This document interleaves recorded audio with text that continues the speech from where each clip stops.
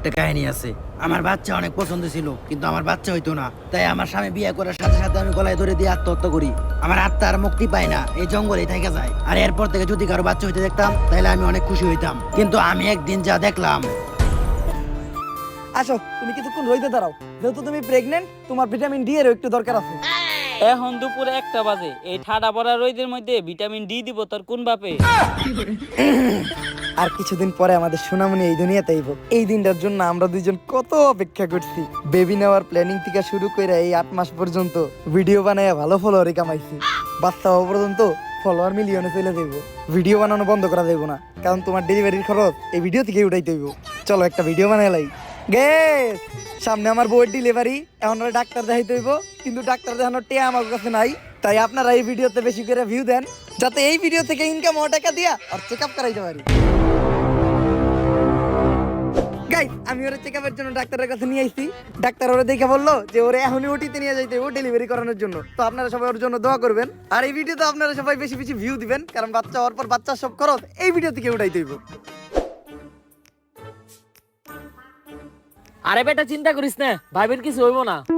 ওই চিন্তা করে কেটা? আমি তো চিন্তা করতেছি, এই যে মানুষ অপারেশন থিয়েটারের বাইরে বসে চিন্তা করে, এই চিন্তা নিয়ে একটা ভিডিও বানায় লাই। তাড়াতাড়ি ক্যামেরা ধর, ব্যাকগ্রাউন্ডে একটা ইমোশনাল মিউজিক লাগাই ছেড়ে দিমু, লগে লগে ভাইরাল।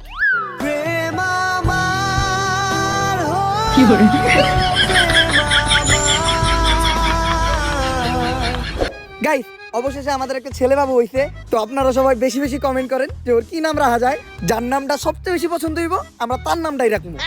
এই আমি না তোমারে বলছিলাম আমাদের ছেলে হইলে আমি নিজে ওর নাম রাখবো? আরে নাম তো তুমিই রাখবা, এই কথাটা আমি খালি কমেন্ট বানানোর লেগে কইছি। This is business.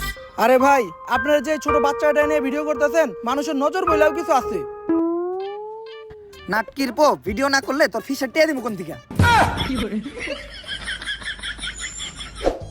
আমার লগে এমন জ্ঞান হইলো, আমার এই ছোট বাচ্চাটা জ্ঞান আমার জয়রা গেল। তুই ক্যামেরা ধর, এই কান্দার একটা ভিডিও নে। ভিডিওটা চাললেই ভাইরাল হইব। ভালো করে নে, যাতে চেহারাটা ভালোভাবে দেখা যায়। তুই ভিডিও করছ নাকি? তাড়াতাড়ি ভিডিও কর। কয়েকটা অ্যাঙ্গেল থেকে ভিডিও নিবি, তাও আবার স্লো মোশনে, সুন্দর করে এডিট করে ছাইড়া দিমু, সেই ভাইরাল হইব। আর তুই মুখ দিয়ে একটা ইমোশনাল ব্যাকগ্রাউন্ড মিউজিক দিবি, কারণ অরিজিনাল মিউজিক লাগালে তো কপিরাইট পড়বো।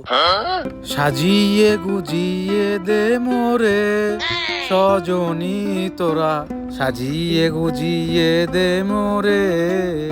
আর এটা দেওয়ার পরে কন্টেন্ট ক্রিয়েটরদের প্রতি আমার ঘৃণা জন্মাই গেল। একটা মানুষ ভাইরাল হওয়ার জন্য কতটা নিচে নামতে পারে।